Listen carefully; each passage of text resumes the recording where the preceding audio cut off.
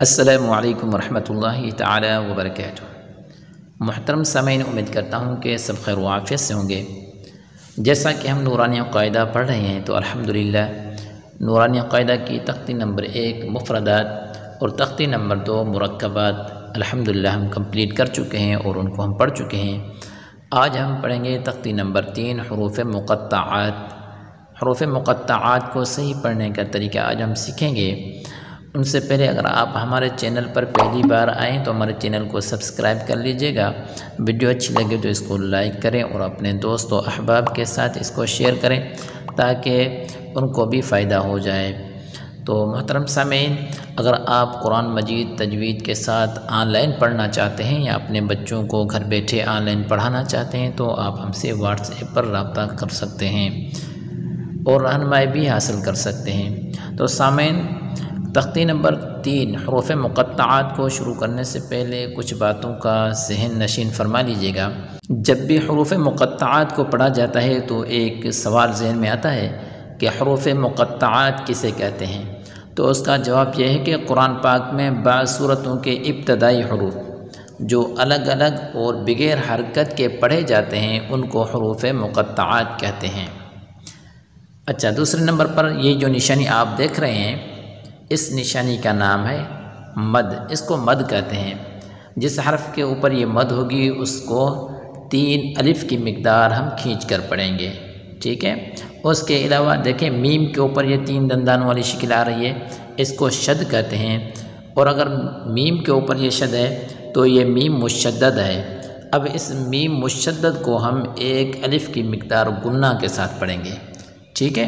یعنی 1 الف کی مقدار اس میں ہم گنہ کریں گے۔ بسم اللہ الرحمن الرحیم۔ حروف مقطعات الف لام میم۔ میم مشدد 1 الف کی مقدار گنہ کے ساتھ پڑھیں گے۔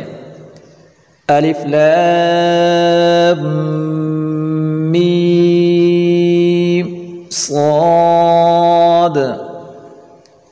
الف لام را۔ الف لام میم را۔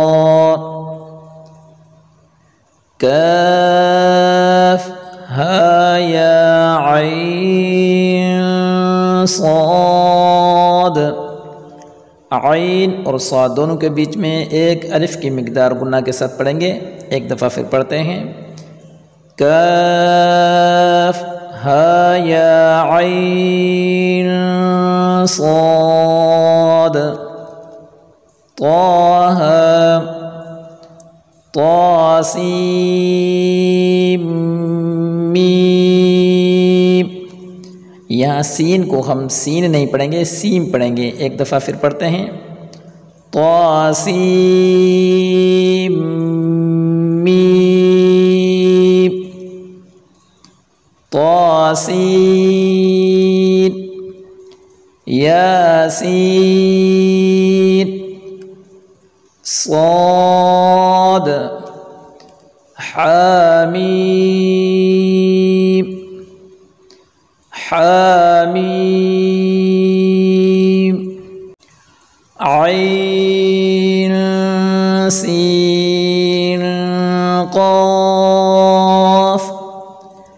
عین اور سین دونوں کے بیچ میں 1 الف کی مقدار گنہ کے ساتھ پڑھیں گے اور سین اور قاف کے بیچ میں بھی 1 مقدار گنہ کے ساتھ پڑھیں گے۔ ایک دفعہ پھر پڑھتے ہیں۔ عین سین قاف۔ قاف نون۔ والسلام علیکم ورحمۃ اللہ تعالی وبرکاتہ۔